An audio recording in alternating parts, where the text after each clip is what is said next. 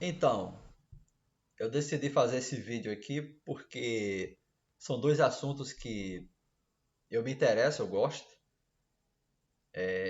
e eu tenho formação, eu tenho graduação em filosofia e estou terminando o mestrado agora em ciências sociais e humanas.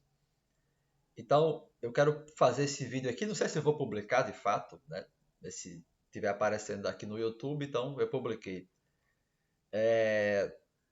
Falando uma espécie de introdução à filosofia e às ciências sociais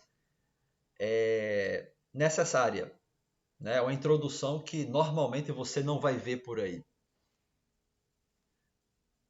Por quê? Porque tanto a filosofia quanto as ciências sociais apresentam uma série de problemas que são muito complexos, obviamente, né?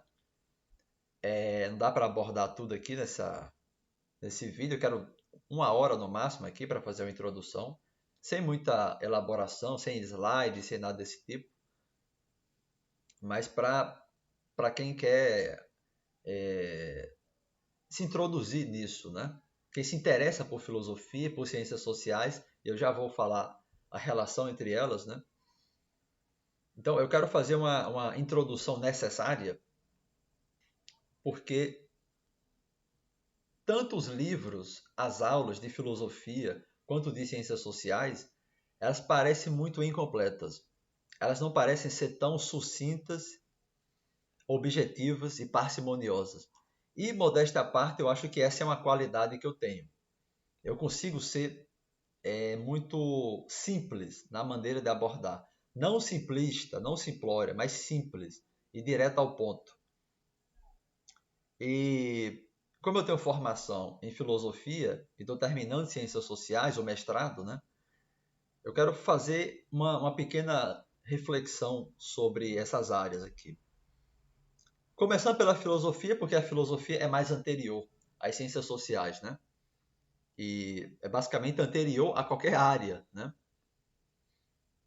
Então, a discussão sobre se introduzir na filosofia, ela passa basicamente por alguns problemas. O primeiro problema, aliás, algumas abordagens e alguns problemas. Começando pelas abordagens. Normalmente existem três abordagens sobre como ensinar filosofia. Uns mais comuns, outros raros de acontecer. A mais comum é a história da filosofia, mais especificamente a história da filosofia ocidental, né? Ou seja, aprender filosofia é você consultar a história da filosofia, desde a Grécia, né? Começando pela Grécia, porque é o contexto ocidental, passando pelos romanos, o medievo europeu, renascimento, modernidade, contemporaneidade, basicamente esses quatro pilares históricos, né? Antiguidade, clássica, medieval, moderna e contemporânea, ou pós-moderna. Essa é uma abordagem, essa é a primeira abordagem, né? Então você fala lá dos primeiros filósofos, dos pré-socráticos, depois entra o contexto, a revolução socrática, digamos assim, e vai se desenrolando, como eu já falei, até a contemporaneidade, né? Com os principais filósofos selecionados. Essa é a primeira abordagem que é mais comum. Você vai ver nos livros didáticos e nos cursos de filosofia também vão abordar essa perspectiva histórica, só que de forma mais elaborada. A segunda abordagem é você pensar a filosofia, você introduzir a filosofia a partir de problemas, né? A partir de problemas filosóficos. Como assim? Existem questões que são próprias da filosofia. Existem teorias que são próprias da filosofia, não são teorias literárias ou teorias científicas, né? Ou teorias no sentido de especulações sobre alguma coisa do cotidiano, mas teorias filosóficas. Então, pensar por problemas filosóficos é você colocar uma série de questões que são caras à filosofia, à história da filosofia, e fazer as pessoas pensarem por elas próprias. Ou seja, não tem mais essa visão de autoridade que a abordagem da história da filosofia contempla. Por exemplo, o que Platão pensou, o que Aristóteles pensou, o que Descartes, o que Maquiavel pensaram. E aí você tem as áreas da filosofia, né? Metafísica, ontologia, filosofia moral, filosofia política, estética, filosofia analítica, filosofia. Aí vai se fragmentando na sociedade contemporânea, né? Filosofia da religião, filosofia da biologia, filosofia da física, né?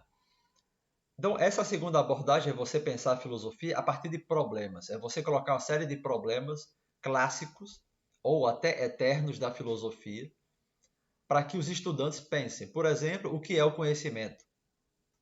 Como justificar nossas crenças? Existe verdade? O que é a verdade? Né? Se existe a verdade, como é que a gente pode buscar? A verdade é uma busca? O que é a existência? Como saber que algo existe? Como é que eu justifico isso? Né? E você vai dialogando com os alunos, sem necessariamente trazer algum autor. E aí vem uma terceira abordagem, que ficou muito conhecido pela uma frase de Immanuel Kant, que foi um filósofo alemão fundamental do iluminismo, que é que você não ensina filosofia, você ensina a filosofar, né? Ou seja, você vai dialogando com os alunos, com os estudantes, e a partir disso,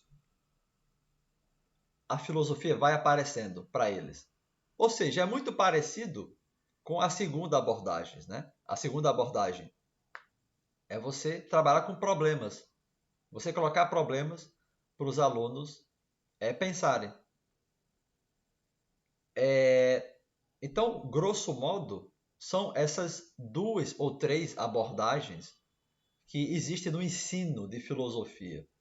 É você apresentar a história da filosofia, a história do que os pensadores, do que os filósofos pensaram, e também colocar questões para os alunos, questões clássicas, né? Ou questões contemporâneas, questões da nossa época, né? O digital, questões sociais da nossa época. E aí entra uma segunda questão. Essa é a primeira questão da filosofia, do ensino de filosofia. A segunda questão é sobre discernimentos que é necessário ter para adentrar na filosofia e você não ser ingênuo. Você não ser ingênuo ao discutir questões da filosofia. E eu consigo enumerar três questões que vão esbarrar, que esbarram no que já foi discutido, né? A questão da história da filosofia ocidental e você levantar problemas, ensinar os alunos a filosofarem a partir de problemas. Então, a primeira questão é de que existem questões na filosofia que são de fato clássicas. E veja bem, clássico não significa velho, né? Clássico não significa algo velho. Clássico não significa algo inquestionável. Pelo contrário, pelo contrário. Clássico, nesse sentido, significa referência indispensável, né? Significa algo que dificilmente vai ser abandonado. Por isso que é o contrário de algo inquestionável. O clássico não é uma coisa que você não pode questionar. Pelo contrário, o clássico é o que você é levado sempre a questionar. Né? Como eu citei anteriormente. O que é o conhecimento? Isso é uma questão clássica. Essa pergunta nunca vai deixar de ser atual. E esse é o primeiro ponto. Essa é uma questão genuinamente filosófica.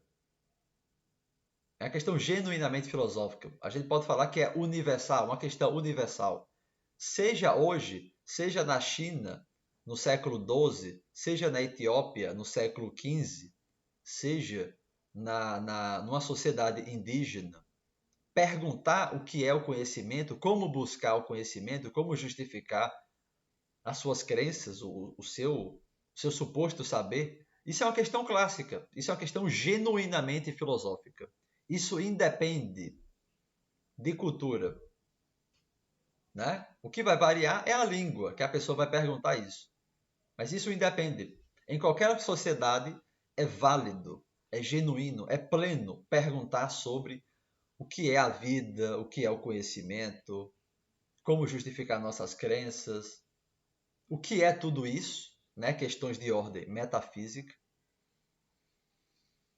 Então, esse é o primeiro ponto. Existem questões na filosofia que são genuinamente filosóficas.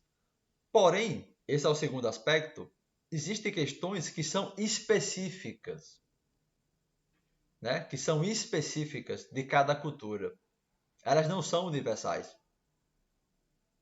Existem questões filosóficas que não são universais, elas são específicas.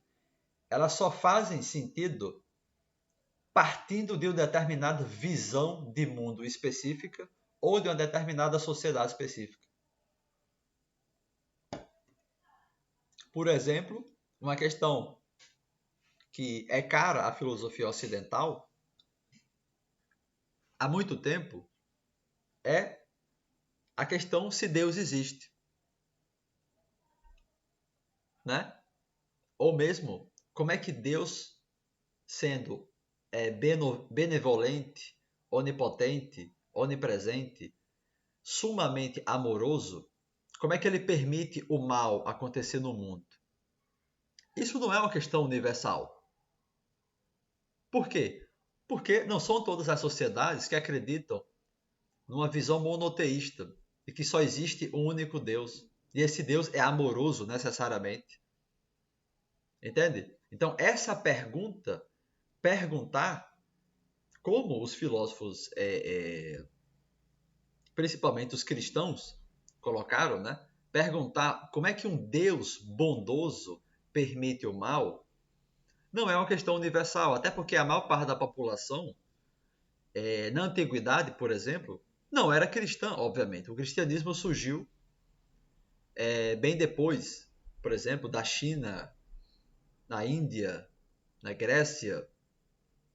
Eles não eram cristãos. O cristianismo é uma religião que surgiu ali, naquele bojo, naquele contexto pós-judaísmo, né, do Oriente Médio, Jerusalém, Belém, né, naquele contexto que hoje a gente chama de Oriente Médio. Né? Então, esse é o segundo aspecto. Tem questões da filosofia que não são universais. Elas são específicas, elas fazem sentido apenas numa época específica ou numa visão filosófica específica. Né?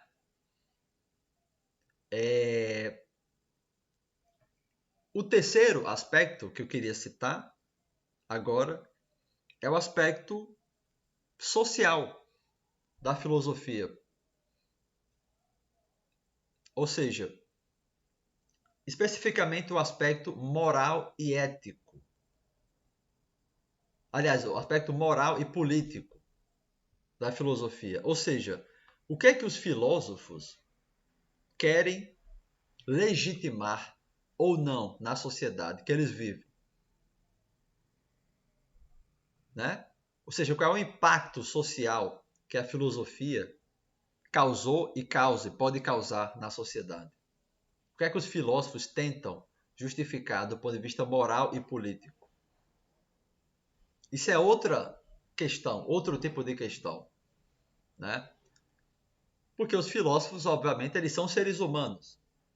Então eles têm os seus vieses morais e políticos. para dar um exemplo típico do mundo contemporâneo. Karl Marx, que foi um alemão do século XIX, ele foi um filósofo, dentre outras coisas, né? Ele foi um filósofo, mas ele foi um filósofo que defendeu a revolução comunista, em busca do comunismo. Ele estudou o capitalismo emergente da época dele, e a partir disso ele concluiu que o capitalismo não só pode, como ele vai ser superado. Né? Ele vai ser superado. Então, Marx, claramente, ele não legitimou a sociedade que ele estava vivendo. Ele é considerado um cara revolucionário. Ou seja, ele queria subverter, de uma maneira ou de outra, a ordem. No caso, a ordem liberal, burguesa, capitalista. Então, olhando para o pensamento de Marx, você consegue ver qual é o papel social dele ali. Ele é um filósofo que queria transformar. Agora, existem outros filósofos que querem endossar aquela sociedade.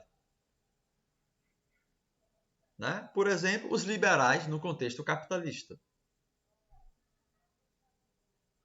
Marx foi um crítico da chamada economia neoclássica.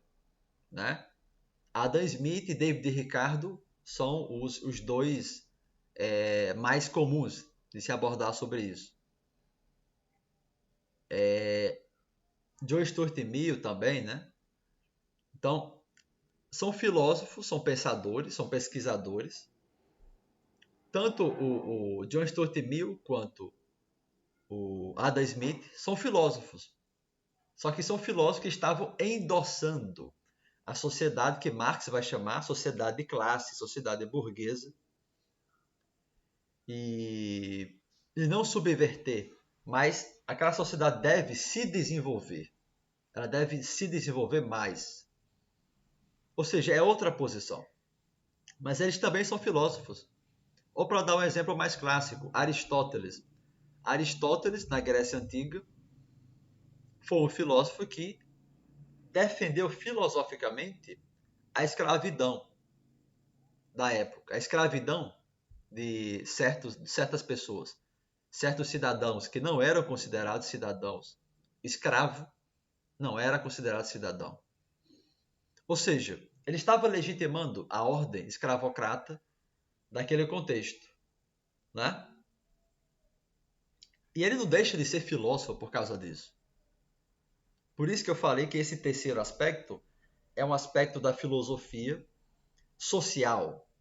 Porque as pessoas têm essa visão de que o filósofo ele fica só viajando, né? Pensando sobre, por exemplo, metafísica, questões da existência, questões mais profundas sobre a totalidade da realidade, o que são as coisas, o que é a natureza. Será que Deus existe? Questões, digamos assim, de questões diletantes. E isso não é verdade. Isso é uma parte da filosofia. Que, como eu já falei aqui, metafísica e ontologia. Metafísica é essa investigação sobre as questões mais fundamentais da realidade, né? E a ontologia seria o estudo do ser, do que são as coisas, do que são, do que não são. Né? Então existe uma relação aí entre metafísica e ontologia, grosso modo. Né? Claro, poderia aprofundar, né? Mas grosso modo é isso. Só que essas são áreas da filosofia. Né? Essas são áreas da filosofia.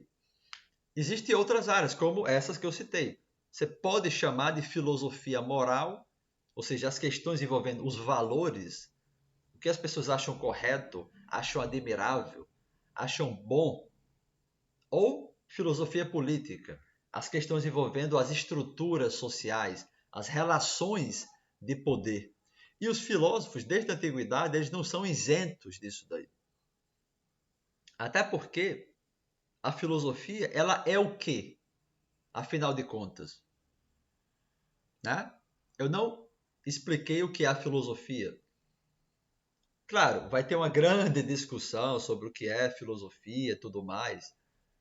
Porém, a filosofia é uma coisa muito fácil de entender, né? A definição de filosofia. Filosofia é a investigação, é sempre uma investigação, pelas questões mais fundamentais. As questões mais fundamentais da realidade, da existência, da vida, da política, da ética, sobre a própria filosofia, sobre o ser humano, sobre o ser. É isso. A filosofia é isso. É uma investigação sobre as questões fundamentais, sobre o que fundamenta as coisas. É diferente da ciência, é diferente do conhecimento científico. A ciência visa explicar. E aí eu vou indo para as ciências sociais, né, a partir disso. A ciência visa explicar e descrever os fenômenos empíricos da nossa realidade de maneira lógica, de maneira experimental, de maneira multi-hipotética, especulativa, né? De maneira objetiva, tudo isso para criar teorias que facilitem o nosso entendimento dessa realidade. Percebe a diferença? A filosofia, como eu já falei, ela é uma investigação. Por isso que a gente está aí há 3.000 anos, vamos colocar assim. Está 3.000 anos e a filosofia não deixou de existir. Por quê? Porque ela é uma busca, ela é uma investigação. Você pode falar que a filosofia é uma área de estudo, né? E não está errado falar isso, mas a filosofia é, antes de tudo, uma investigação. É uma coisa viva. É uma coisa viva. A filosofia é uma investigação sobre as questões fundamentais. Como a nossa vida muda, a nossa vida humana muda, inclusive com a ajuda da ciência, da tecnologia, da arte, da própria experiência humana e também da mudança do meio ambiente, né? Como o mundo está em movimento, a gente percebe isso empiricamente, as questões da filosofia também mudam. Como eu falei, essas três questões são fundamentais para quem quer começar a estudar filosofia. Existem as questões clássicas, as questões genuinamente filosóficas, como eu falei, o que é a verdade, o conhecimento e tudo mais.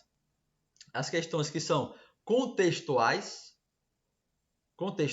que só fazem sentido em determinadas visões de mundo ou em determinados contextos históricos, culturais.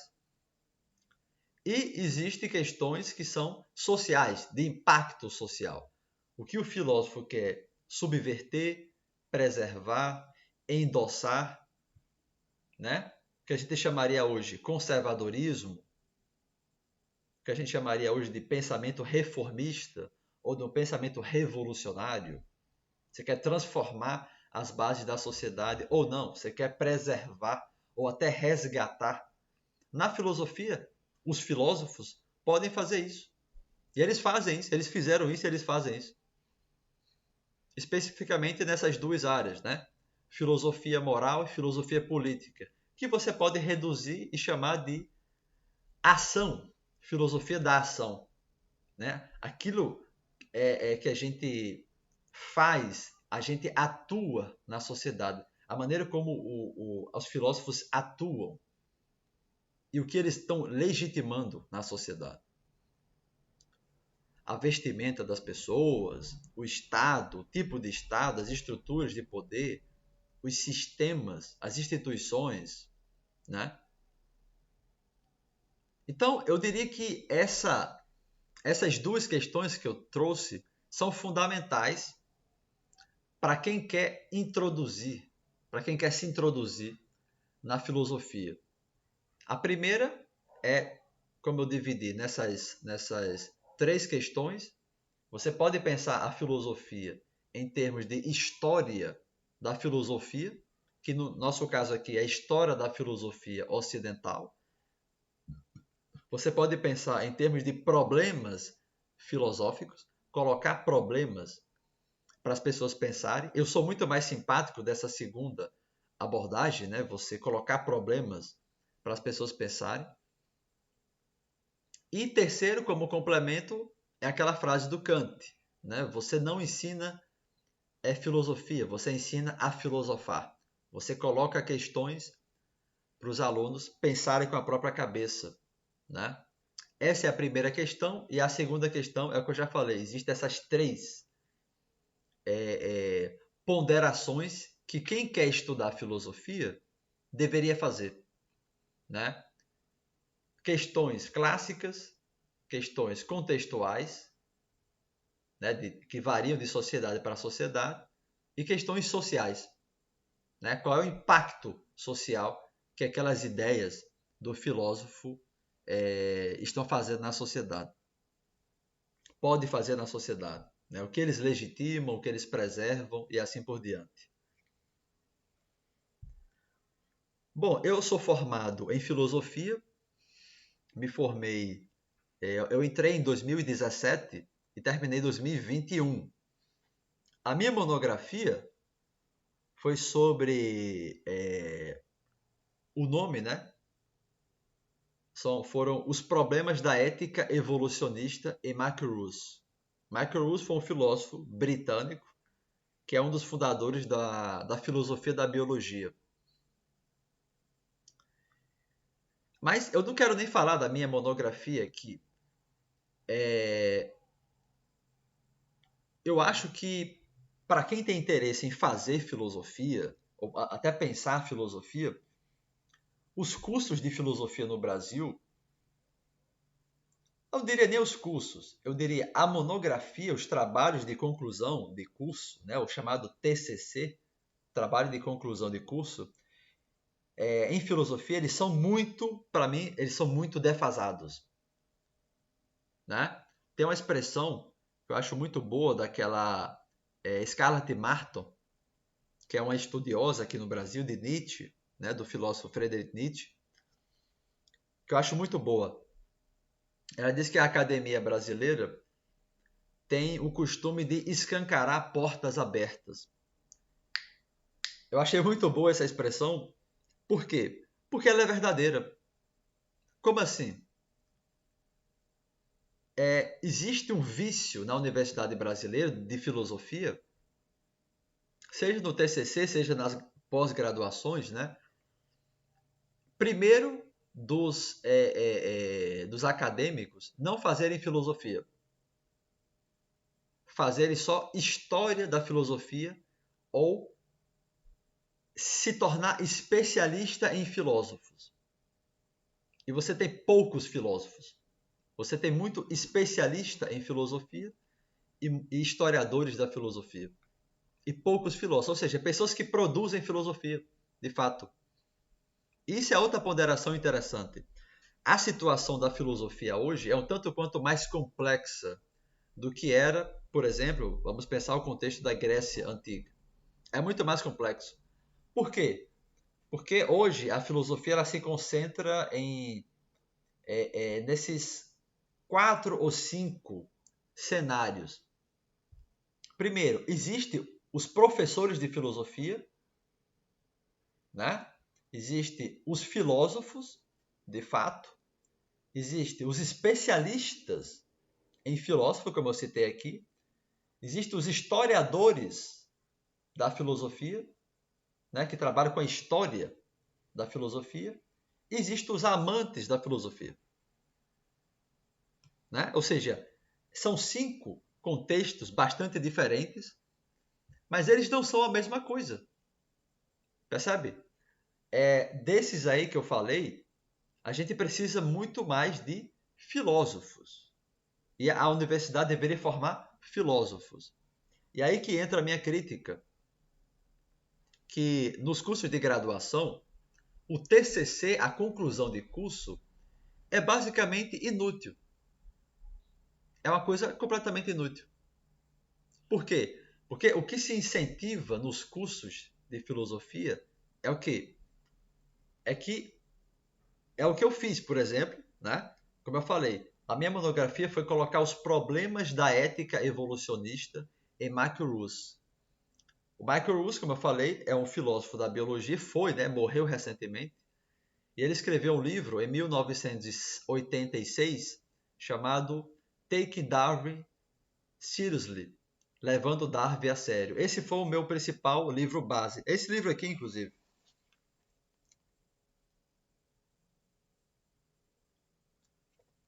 E lá ele abordou, se eu não me engano, esse foi o primeiro livro a se abordar a, o evolucionismo de forma filosófica,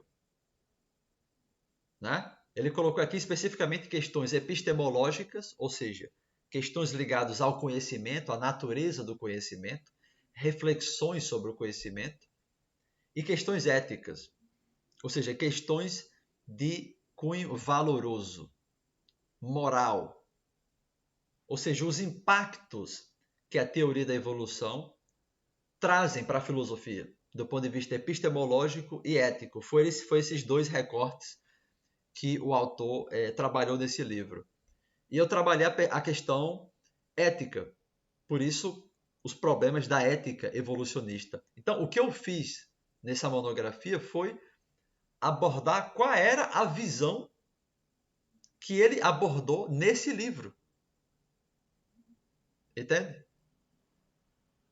E a maioria dos cursos a maioria não, eu diria todos os TCCs em filosofia vão nessa linha.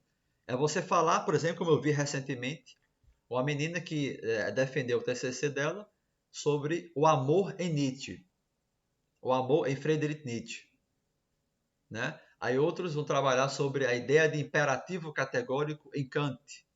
Outros vão falar sobre a verdade em Platão, a lógica em Aristóteles, o cogito em René Descartes. Percebe? São trabalhos inúteis. São trabalhos completamente inúteis. Né? Aí você pode pensar, não, mas é uma monografia. Só na pós-graduação é que eles vão aprofundar isso. Não necessariamente, como eu falei, o que mais tem na pós-graduação são trabalhos de especialistas em filósofos, onde as pessoas se formam, aliás, estudam, se aprofundam em filósofos específicos ou na história da filosofia, em vertentes específicas. E não se tornam filósofos de fato. Então, eu não acho. O curso de filosofia são 4 anos, né? 4 ou 5 anos, mas em geral 4 anos. Eu não acho que 4 anos seja pouco tempo, né? Eu não acho que em 4 anos os alunos sejam incapazes de defender ideias, por que não, originais. Eu não acho. Eu acho que claro, eu vou discutir isso futuramente, né? Mas assim, me perdi agora. Assim, 4 anos de curso, você vai ver, claro, no primeiro período, filosofia antiga, aí medieval, moderna, contemporânea, tal. Beleza. Porém, eu acho que a monografia poderia ser mais desafiadora, poderia ser mais útil, poderia ser mais ousada.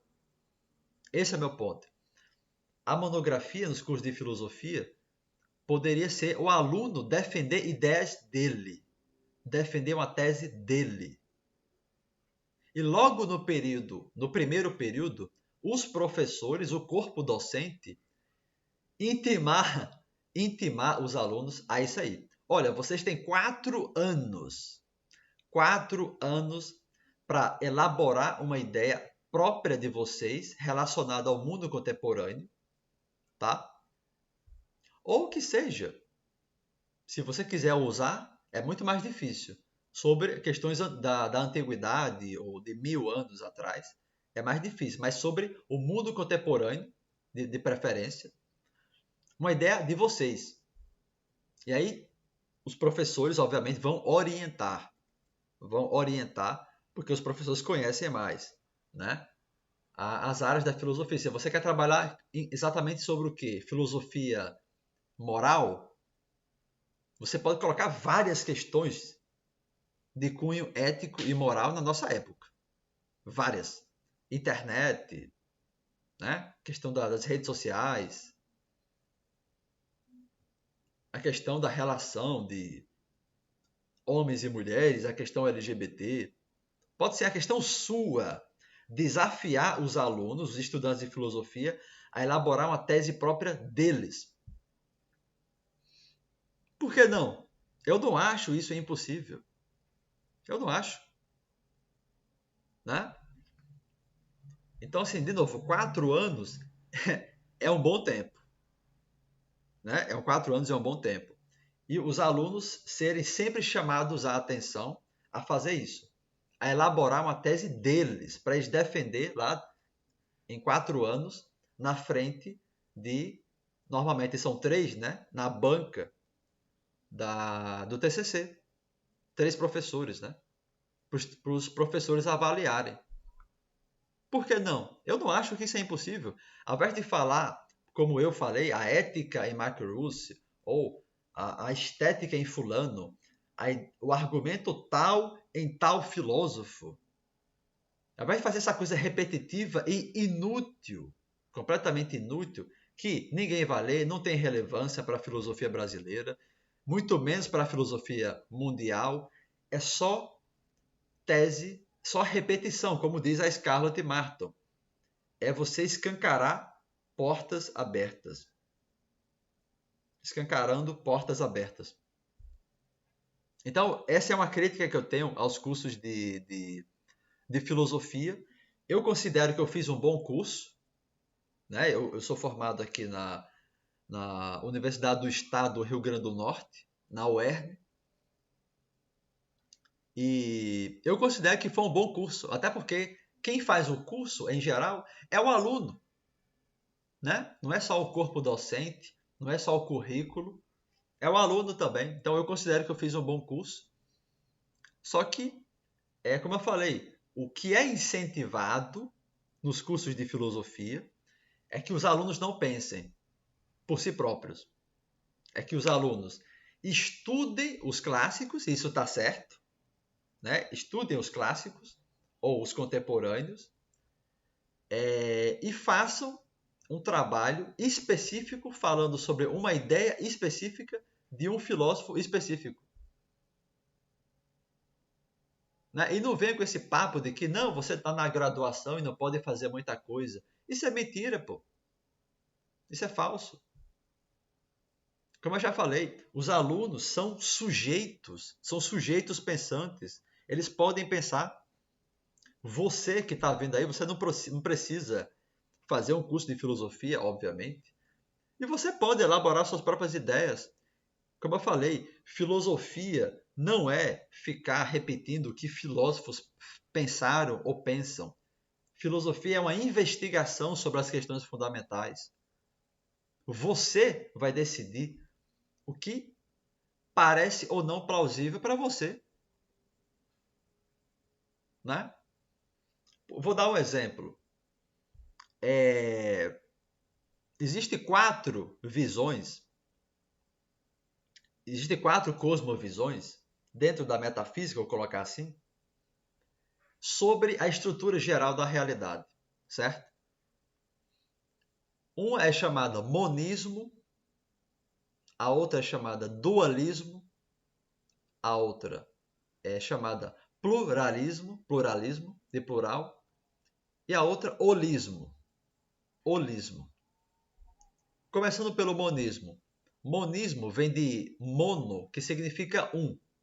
Né? Então, o monismo pensa que existe uma grande substância que compõe toda a realidade. Uma unidade, o uno, né? O universal, que estrutura o que a gente chamaria de realidade. O dualismo diz que existem 2 substâncias que compõem a realidade. Né? Por exemplo, espírito e matéria, que é uma visão bastante hegemônica, a visão hegemônica do mundo ocidental, a visão platônica dualista. Né? Existem duas substâncias que compõem a realidade. Espírito e matéria, corpo e alma, né? Transcendente e imanente. Né? Existe a terceira visão, que é a minha, que é a visão pluralista.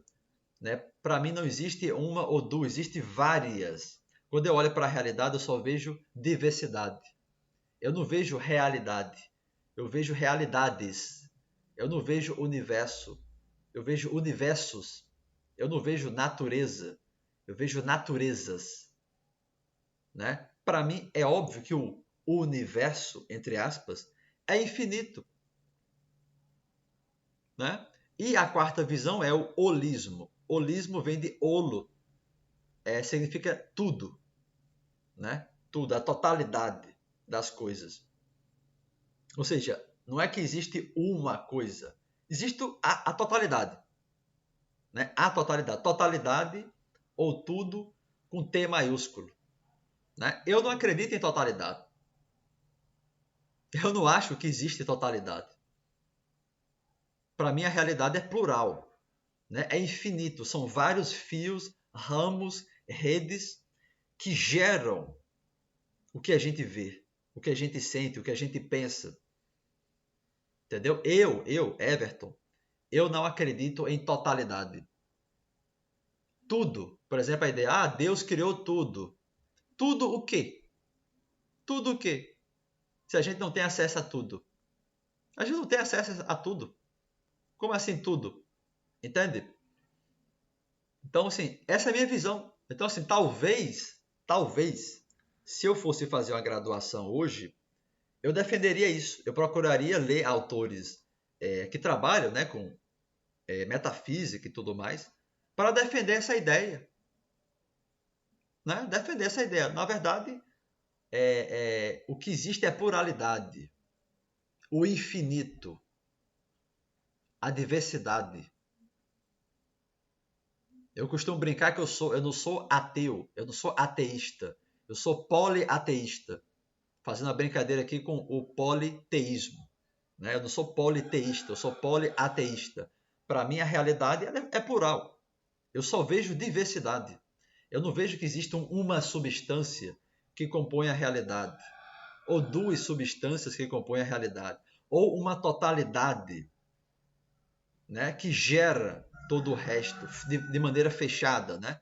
Não, eu acho que a realidade é completamente aberta, infinita. Essa é a minha visão. Por que eu não posso pensar isso? Por que um aluno não pode pensar isso num curso de graduação e defender isso?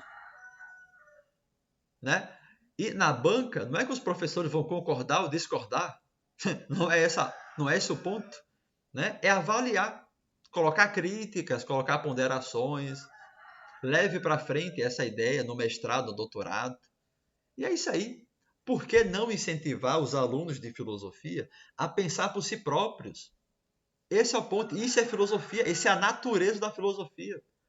Platão, Aristóteles, Sócrates, Descartes, os grandes filósofos, eles não ficaram só papagaiando outros filósofos. Entende? Então, assim, isso é um problema da filosofia e eu acho que é cabível colocar isso numa introdução à filosofia. Né? Uma introdução ao que é a filosofia. Sem necessariamente ser essa coisa que a gente já está acostumado, né? Platão pensava tal coisa, Aristóteles pensava tal coisa. Isso é história da filosofia. Né? E aí entra uma questão que é o currículo. Né? Que é o currículo de filosofia. Mais especificamente aqui no Brasil.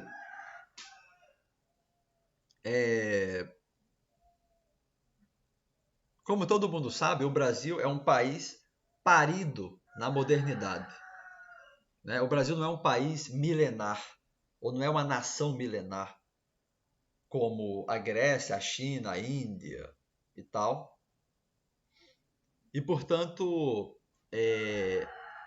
claro, já existiam os indígenas aqui, né? Mas como os indígenas não tinham Estado, não tinham moeda, não tinham escrita, então, e o processo colonial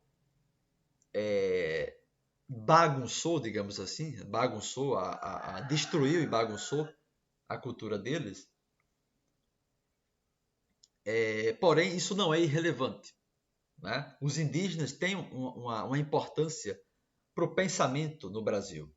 Porém, o Brasil ele é fundado nesse paradigma da modernidade, né? E na filosofia moderna, as discussões sobre empirismo, racionalismo, a própria emergência da ciência, a relação da filosofia com a ciência no contexto europeu, né? O Brasil vai beber dessa fonte, mas bem depois, porque enquanto os europeus estavam criando a ciência moderna, assim como outras coisas, tecnologia, né? ainda não tinha existido a Revolução Industrial, né? O Brasil estava sendo colonizado, estava sendo criado, né, no processo colonial. Aquela coisa da coroa portuguesa, né? E ele só veio a ficar, entre aspas, independente no século XIX. Então, é só a partir do século XIX que a gente já considera contemporâneo, uma coisa contemporânea, pelo menos o final do século XIX, né, a metade do século XIX, a gente já considera uma espécie de contemporaneidade. E aí que entra uma coisa interessante quando você pensa em filosofia. Já existia pensadores por aqui, mas eu diria principalmente do ponto de vista ético e político. Eu acho que existe um déficit no Brasil de pensamento metafísico, né? Metafísico, ontológico, porque como a gente foi colonizado pelos portugueses, o que prevaleceu foi a visão, digamos assim, cristã, né? Cristã junto dos interesses da corte. E aí só a partir do século XIX, com a influência, né, de positivismo, liberalismo, republicanismo, talvez um pseudo-humanismo. O fato é que começou a surgir um pensamento propriamente brasileiro, né? Tem um cientista político aqui no Brasil que ele defende isso, de que existe um pensamento político brasileiro. Diferente do que pensam por aí que o Brasil só importa coisas e tal. Não, existe um pensamento tipicamente brasileiro, né? Dentro da ciência política, que também vai resvalar na filosofia política. E também na filosofia moral. Todas as discussões que aconteceram no século XIX, né, sobre o racismo, a questão do abolicionismo, sobre a questão do direito ao voto, sobre a atuação das pessoas, sobre o quilombo, sobre a situação dos indígenas. Então, dá para pensar filosofia moral e ética no Brasil desde o século XIX, pelo menos. E aí entra a questão: por que não colocar isso nos cursos de graduação no Brasil, em filosofia? Né? Porque eu, por exemplo, desde a da graduação, eu tenho essa opinião, eu posso estar errado, obviamente. Eu acho que tem certos filósofos que são considerados muito importantes que não são tão relevantes assim. Um deles é John Locke. Eu não acho que o John Locke, que é considerado o pai do liberalismo ou um grande empirista, basicamente ele é conhecido por esses dois, né, pelo empirismo, ou seja, de que o conhecimento surge a partir das experiências, né? E o liberalismo político. Eu não acho que o Locke seja tão fundamental nem para um nem para outro. Se pegar o David Hume, que era um escocês, ele era um empirista, cético e também liberal. Assim como outros. Né? O pensamento do Francis Bacon, por exemplo, ele também pensou o método científico, a própria ideia de método, né, científico. E outros autores. Eu não acho que John Locke é tão fundamental assim para você estudar nas graduações. Por que não introduzir atores brasileiros aqui no Brasil? uma vez que Locke é um autor moderno, né? Da política, por exemplo. Entende? E aí, a partir do século XX, além do mais, o Brasil também tem escritores, né? Escritores, Machado de Assis, o Silvio Romero, né? Ali no século XIX ainda. Existe o pensamento brasileiro, existe filosofia no Brasil. Isso é um fato. Então, por que continuar nessa mentalidade colonial e eurocêntrica de ficar citando certos autores que têm pouca relevância para o Brasil? Aí entra uma questão, percebe? Meramente é a questão política. É a questão política, é a questão filosófica política do Brasil. Né? Então, esse é uma questão dos currículos, né? É uma crítica aos currículos de filosofia no Brasil, e eu não estou inventando a roda aqui, já existe essa discussão, né, sobre filosofia brasileira. Agora, a ponderação que eu faço é essa: ó. O Brasil, enquanto nação ou país, ele só surgiu ali em 1822, no mínimo. E antes disso, como era uma monarquia, não dá para você considerar tanto assim. Uma vez que a própria ideia de povo brasileiro não era tão considerada assim. O Brasil era uma grande fazenda.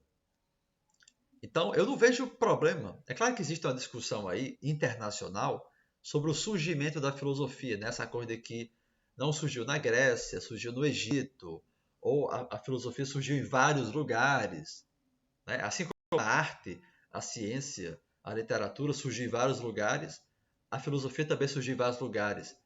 Porém, como a nossa colonização foi europeia, eu acho que é justificável, essa é a minha visão, né?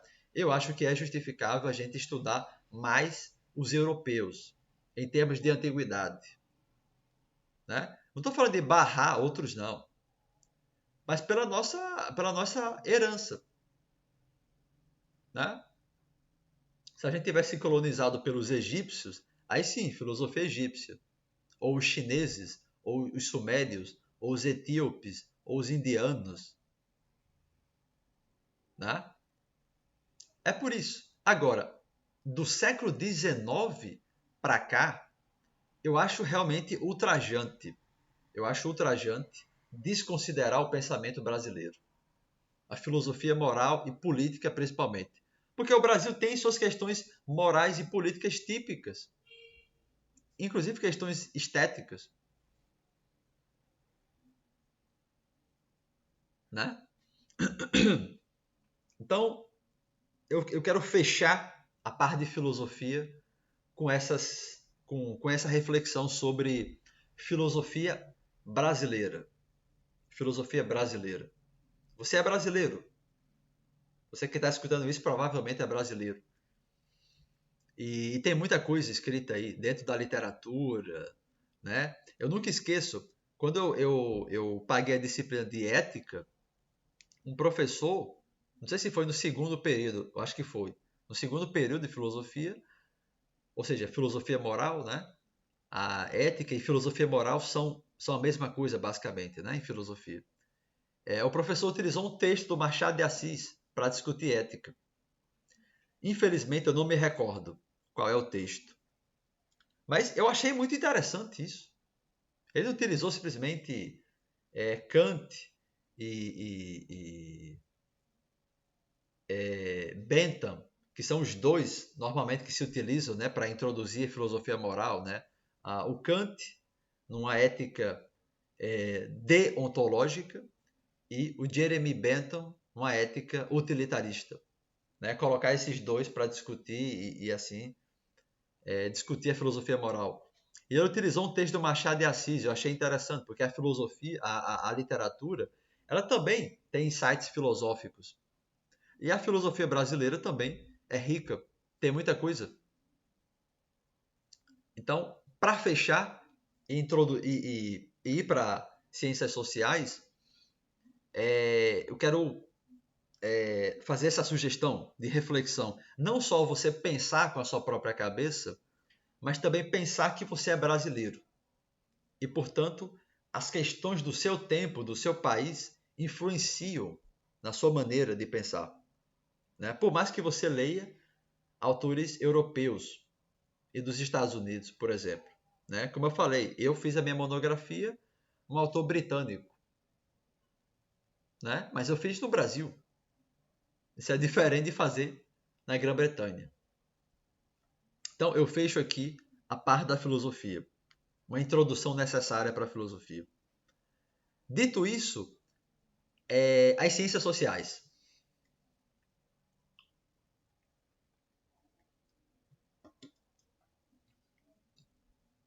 Qual é a relação entre filosofia e ciências sociais, né?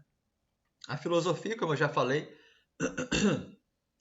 é essa investigação sobre as questões mais fundamentais da realidade, da existência, da vida, das coisas.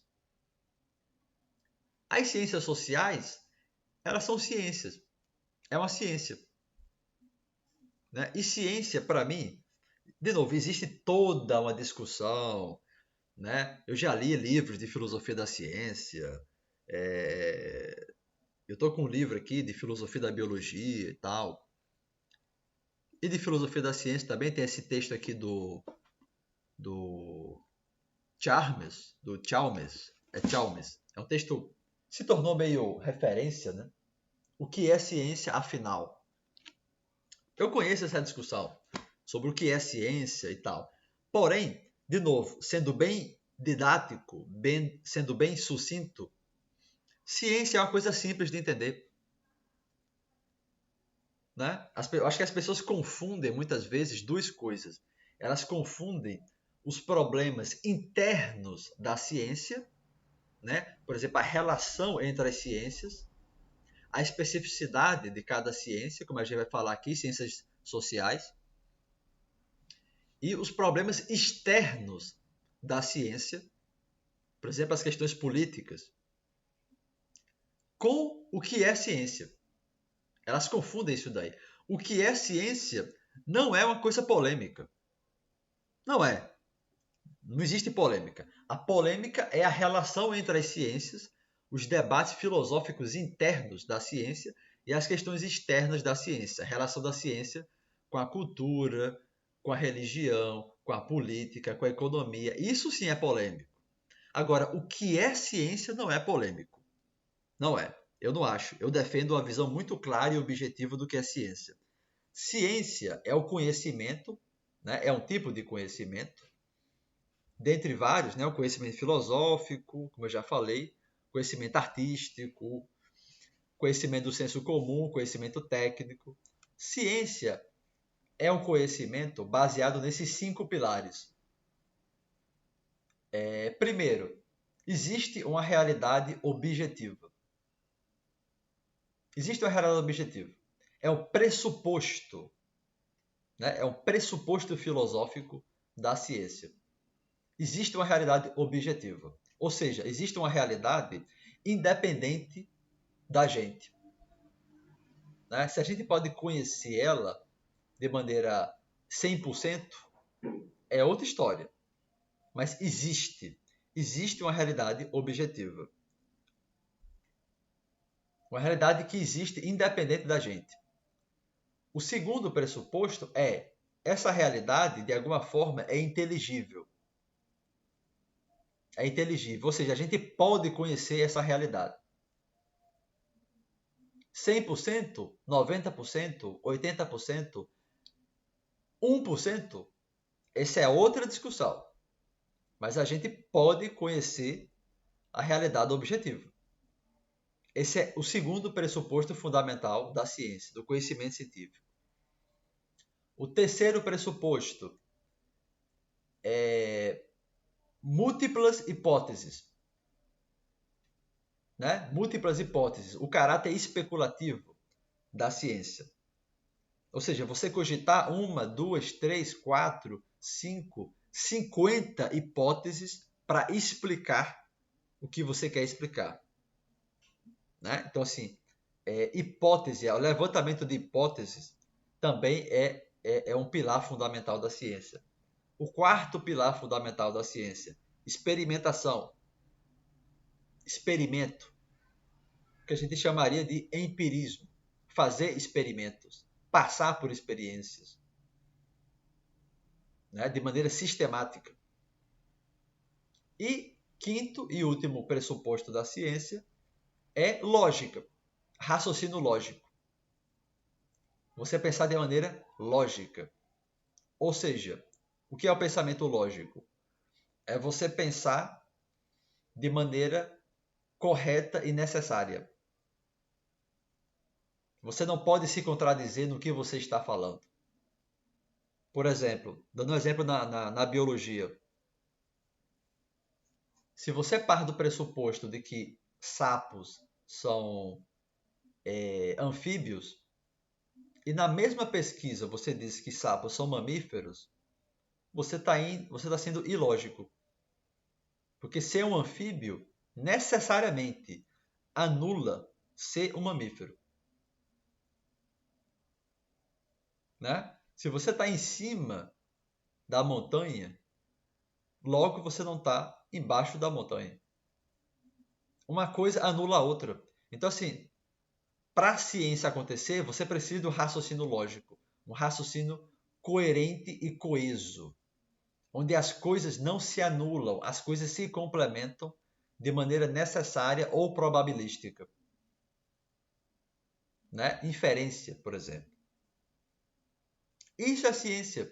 A ciência é o conhecimento baseado nesses 5 pilares. Isso é ciência. Objetividade, tangibilidade, múltiplas hipóteses, experimentos e raciocínio lógico. Ciência é o resultado disso daí. Se você se basear nesses 5 pilares para estudar algo, você está fazendo ciência. Por isso, eu não faço distinção entre ciência natural e ciência social. Ciência é ciência. O que muda é o objeto.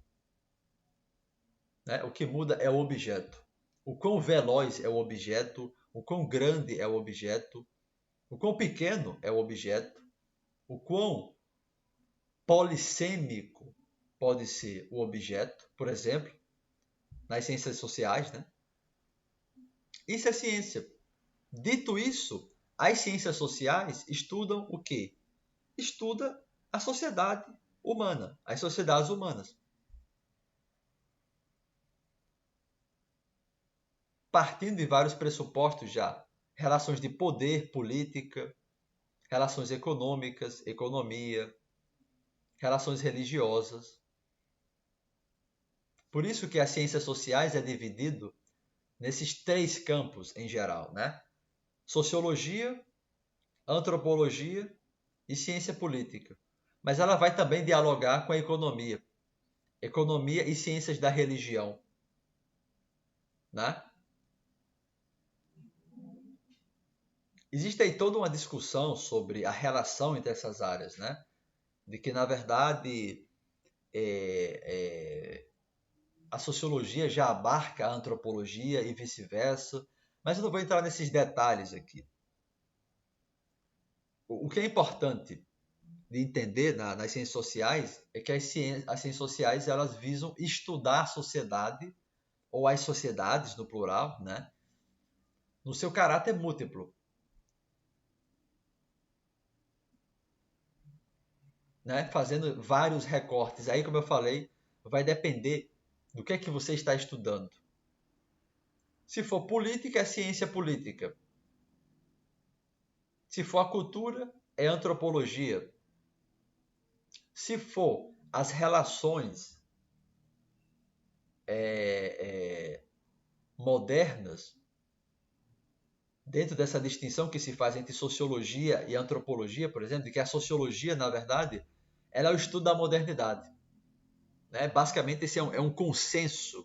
Apesar de polêmicas, isso é um consenso. A sociologia estuda as sociedades modernas, industriais, capitalistas ou socialistas, mas, enfim, o predomínio são sociedades capitalistas. Né? Enquanto que a antropologia estudaria, por exemplo, sociedades indígenas, sociedades mais afastadas, ou mesmo grupos isolados dentro das sociedades modernas.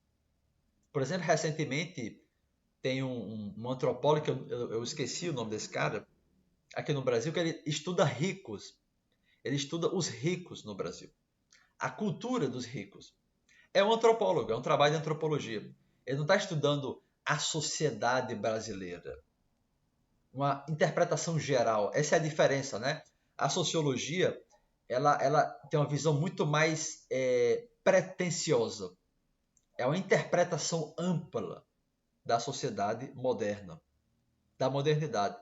Por isso que os chamados três porquinhos da sociologia é Marx, Weber e Durkheim. 2 alemães e um francês. E os três, cada um à sua maneira, né, interpretaram a sociedade moderna, né, o desdobramento da sociedade moderna. Marx, com a ideia de que é a sociedade burguesa, capitalista, né, o Durkheim, fazendo uma divisão entre sociedade mecânica e sociedade orgânica. Né, a sociedade mecânica é a sociedade pré-moderna. Sociedade mecânica é a sociedade moderna, onde a divisão social do trabalho fica cada vez mais complexa por causa do processo de urbanização e industrialização.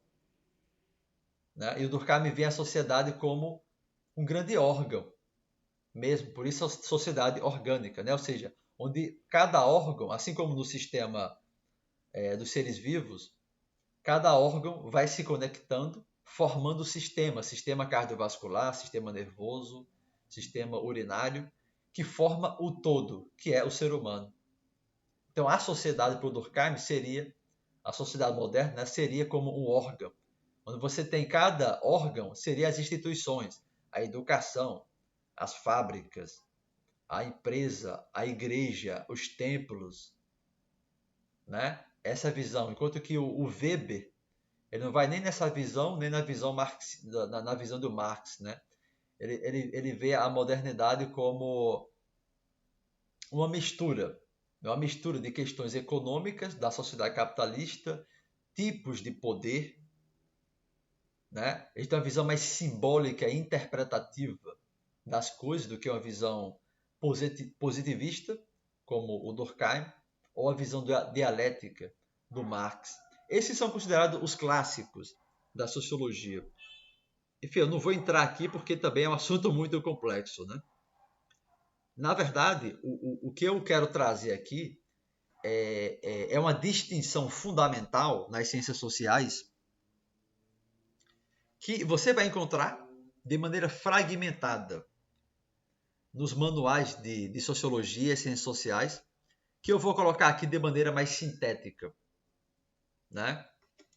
Que é importante que quem quer cursar ciências sociais ou quem se interessa por ciências sociais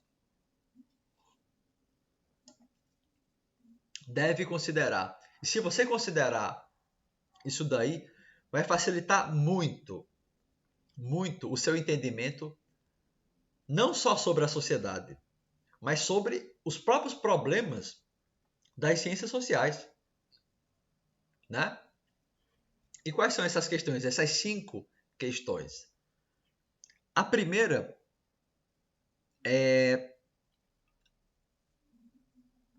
digamos assim, eu estou colocando aqui o problema das ciências sociais e dos próprios cientistas sociais, né?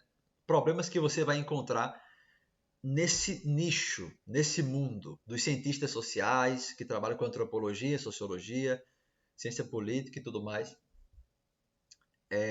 O primeiro problema é aquele cientista social que é muito teórico. Ele domina muitas teorias. O cara leu tudo de Weber, de Marx, de Bourdieu, de Talcott-Peirce, do Durkheim, do Wright Bills, ou Bills Wright, alguma coisa assim. Então, falando aqui do Brasil, né, das ciências sociais no Brasil, Celso Furtado, Sérgio Buarque de Holanda, Raimundo Fauro, Darcy Ribeiro, Gessé Souza, os economistas aqui do Brasil e tal. O cara sabe muita teoria, ele sabe os principais teóricos do Brasil, né? Do Brasil, ou dos clássicos da sociologia e os contemporâneos. Ele sabe muita teoria. Porém, ele não tem um amplo estudo empírico da sociedade. Ele não está vendo o dinamismo da sociedade. Daí o cara ele utiliza dessas teorias para interpretar qualquer coisa, sem consultar empiricamente, sem consultar o movimento do real. Né? Daí corre o risco do cientista social aí virar só um falastrão teórico. Né? Então, assim, o cara ele nem estudou, vamos supor, ele não estuda de fato o esporte no Brasil. Vou pegar uma coisa específica. Ele nem estudou, mas ele vai pegar Bourdieu, Weber, para interpretar o esporte no Brasil. E ele não fez realmente um estudo, né, empírico, de campo, sobre o esporte brasileiro. Então, esse é um problema que você vai ver nas ciências sociais. É um excesso de teoria e pouco empirismo. Né? O segundo problema é meio que o contrário. É o contrário. São os particularismos das ciências sociais. Por exemplo, sociologia da religião, né? Sociologia da música, sociologia do esporte. São coisas muito específicas. O cara não é um sociólogo, ele é um sociólogo da religião. Só que não tem como você entender a religião de maneira isolada.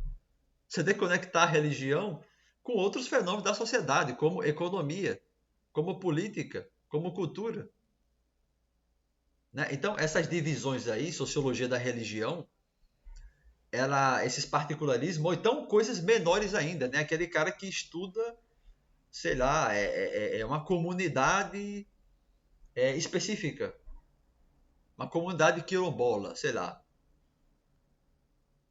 E a visão desse cientista social é muito restrita.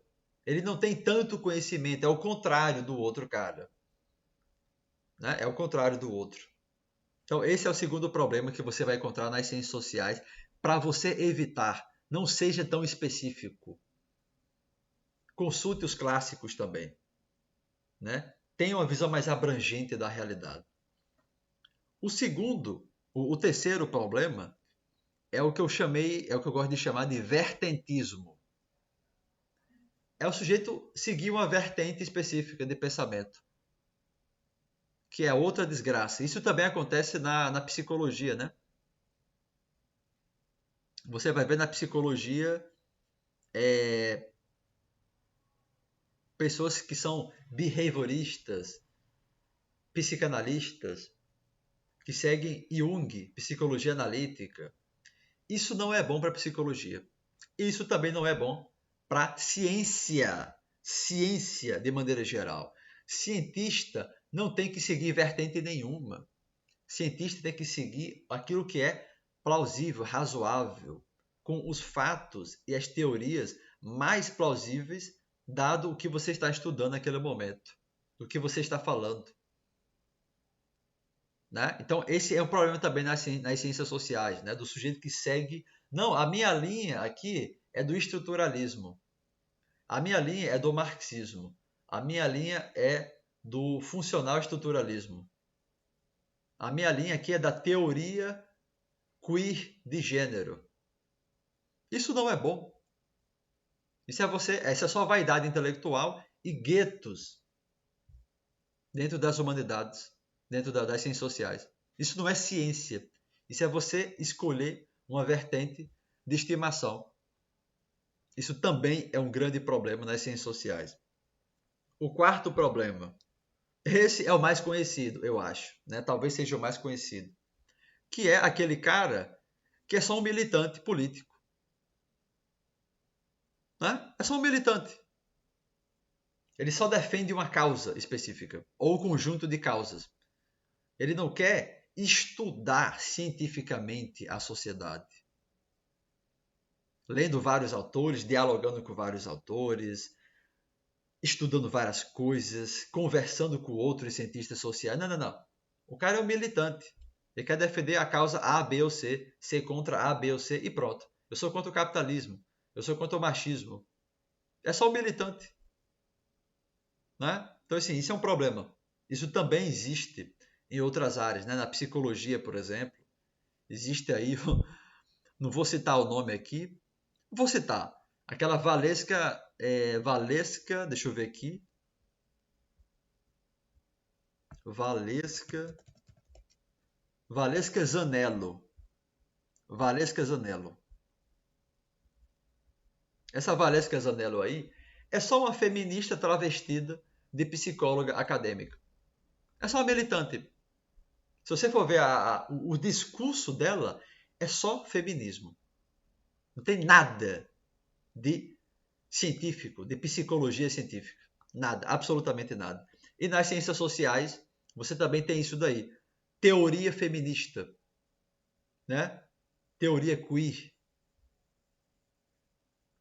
O sujeito vai para o marxismo também, pode ser, né? O sujeito é simplesmente um militante. Então, assim, isso também é um problema nas ciências sociais. E o último problema é o sujeito que é tudólogo. Ele quer ser tudólogo, né? Ou seja, é o sujeito que é cientista social, filósofo, crítico de cultura, artista, tudo. E aí acaba, meu amigo, você é cientista, você não é filósofo, né? Você não é crítico social, crítico cultural, você é cientista social, né? Então existe isso também, né? Por exemplo, a coisa lá do Edgar Morin, que é um filósofo francês, um filósofo sociólogo francês, que ele defende o pensamento complexo e a transdisciplinaridade, que é você misturar várias áreas, né? Economia, filosofia, arte, antropologia, enfim, história, você dialogar com todas as áreas para formar. Só que o nome disso daí, para mim, é humanidades. Humanidades, isso sim. Eu faço essa distinção entre ciências humanas, né? Ou seja, ciências sociais, história, economia, e humanidades. Isso é humanidades. Isso é humanidades. Em humanidades tudo cabe. Aí sim, você pega história, filosofia, arte, a sua visão filosófica, a sua visão religiosa, a sua visão. Você mistura tudo para opinar sobre a sociedade. E, quem sabe, desenvolver ações. Mas isso não é ciência. Isso não é ciência. Então, esse é outro problema, né? De você querer transformar as ciências sociais numa superciência filosófica tudóloga. Aquele sujeito que quer ser tudo. Ele confunde, esse é o ponto, ele confunde você ser um bom cientista social com você ser um tudólogo. Para você ser um bom cientista social, um bom cientista, né? De maneira geral, também nas ciências naturais, para você ser um bom cientista, você precisa sim ter um conhecimento básico de filosofia. Você não pode, de forma alguma, ser ingênuo do ponto de vista político. Né? Você precisa ter um quê de politização. Você precisa ter um senso crítico e ético sobre o seu trabalho e a sociedade que você vive. Isso é fundamental para qualquer cientista, seja na biologia, na física, na antropologia, na sociologia, sem dúvida. Porém, não dá para você dar tanta importância à filosofia e à crítica literária do que às ciências sociais. Né? Então, eu vejo esse problema também nas ciências sociais.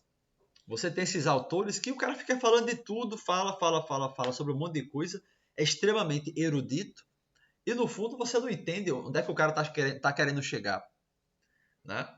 Então, eu acho que qualquer pessoa que pretende entrar num curso de ciências sociais ou se interessa por ciências sociais, é fundamental fazer essa distinção, né? Essa distinção entre esses cinco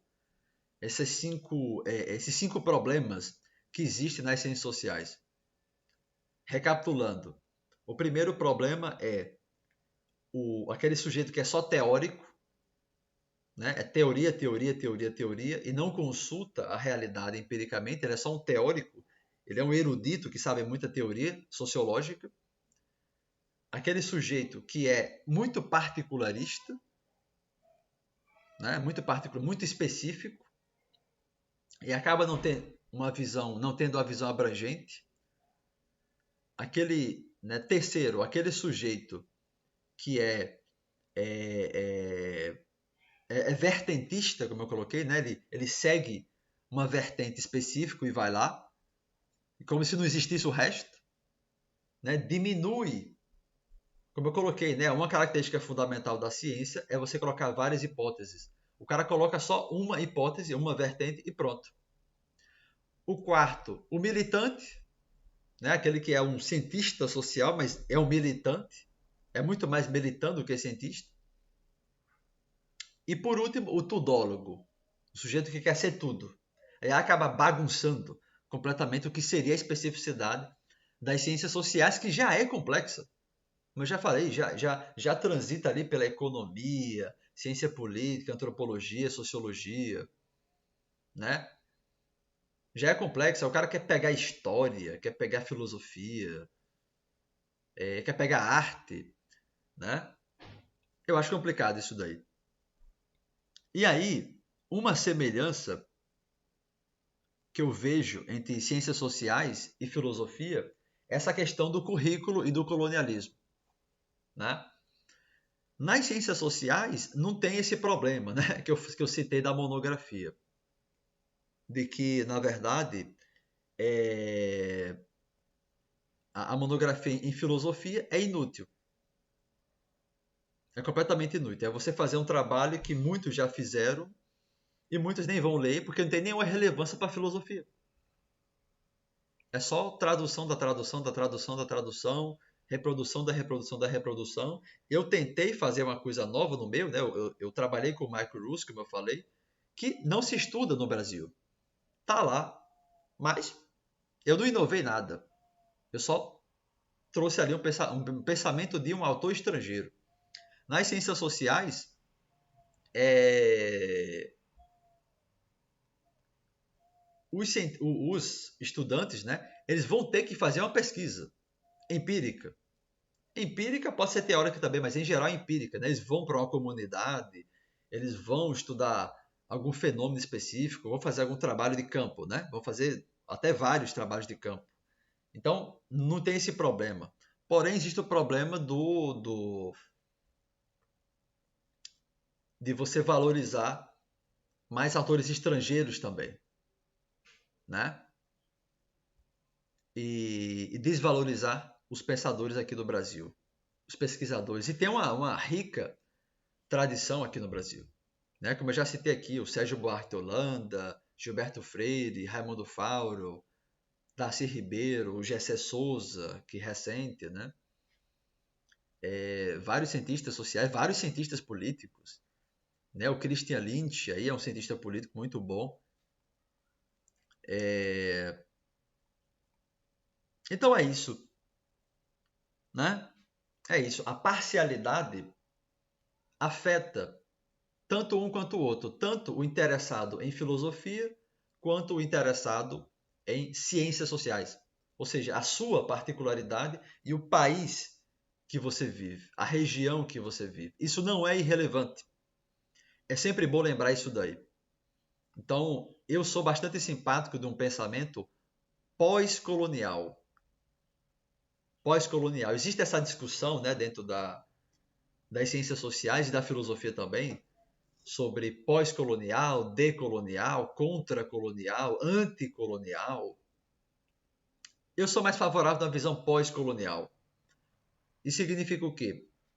de que a gente é um país que passou pelo colonialismo e isso afeta a gente até hoje, de maneira negativa. Porém, porém, existem coisas preciosas que foram trazidas pela questão colonial. Né? A gente pode muito bem valorizar autores europeus sem ser eurocêntrico. A gente pode pegar coisas do colonialismo e transformar em coisas brasileiristas. E muitos já fizeram isso daí. O que é a música brasileira? O que é a literatura brasileira? Né? O que são certos grupos brasileiros? Eles são pós-coloniais, eles não são decoloniais. Por exemplo, essa coisa de decolonial é você ter uma negação radical de tudo que é da Europa e refazer algo novo. Não sou simpático disso. E essas visões elas acabam sendo muito particularistas, esquecendo a visão mais abrangente sobre o Brasil enquanto tal, o Brasil como uma nação, né? Mas enfim, isso é outra história. Para finalizar esse vídeo, eu quero fazer essa última reflexão aqui, de que tanto a filosofia quanto nas ciências sociais, dificilmente você vai ver alguma introdução sobre esses temas como esse vídeo aqui. Dificilmente você vai ver. Você vai ver o mais do mesmo. Blá, blá, no caso da filosofia, né? Blá, blá, blá, Grécia, blá, blá, blá, os grandes filósofos, blá, blá, blá, né? E eu incentivo mais que as pessoas pensem por si mesmas dentro do contexto que elas vivem, né? Junto das outras questões que eu já coloquei. E essa questão das ciências sociais também. Você vai ver, não, existem áreas, né, áreas das ciências sociais, antropologia, não sei o quê. Existem os clássicos, né? E é isso aí. E esses 5 problemas que eu coloquei, por exemplo, raramente você vai ver alguém colocar. Então, para finalizar, como é que a filosofia e as ciências sociais se relacionam, né? Se complementam? Bom, primeiro, a filosofia ela trabalha com epistemologia. Né? E epistemologia é o conhecimento do conhecimento, né? A reflexão sobre o conhecimento, sobre a natureza do conhecimento, que vai incluir o conhecimento científico, que por consequência no conhecimento científico social, das ciências sociais. Então, como eu já falei, para você ser um bom cientista, você precisa um bom cientista ou um, um, um bom pensador que seja, né? Você precisa ter um conhecimento básico de filosofia, né? E os próprios pais das ciências sociais, eles têm um pé muito grande na filosofia, né? Existe uma base de toda uma construção epistemológica, filosófica sobre as ciências sociais, no qual as ciências sociais se amparam, né? Então, a maneira como as ciências sociais e a filosofia se relacionam é nesses dois sentidos. É no sentido epistemológico, eu já falei, a justificação do conhecimento, o conhecimento enquanto tal, e nessa questão ética e política. Né? Não tem como o filósofo e o cientista social pagar de isentão. Né? Porém, isso é diferente de você ser militante, como eu já falei anteriormente. Porque você pode ser militante de qualquer coisa. Qualquer um pode ser militante. Né? Agora, um filósofo, ou um cientista social, ou um pensador qualquer, ele vai fazer isso de outra maneira, de forma mais cuidadosa, de forma mais sofisticada. Então, para finalizar, que esse vídeo já está ficando grande, né? Essa é a relação tanto entre filosofia quanto com as ciências sociais, para fazer com que as pessoas pensem por si próprias. Essa é a base do meu. Estou tentando passar aqui, né? As pessoas pensem por si próprias. Elas consigam identificar as especificidades de cada área, como eu coloquei aqui, problemas da filosofia, problemas das ciências sociais, e eu acho que essa é a maneira correta de você estudar. A partir de problemas, né? Não a partir de soluções prontas, fórmulas prontas, porque o mundo é dinâmico. É isso. Bons estudos.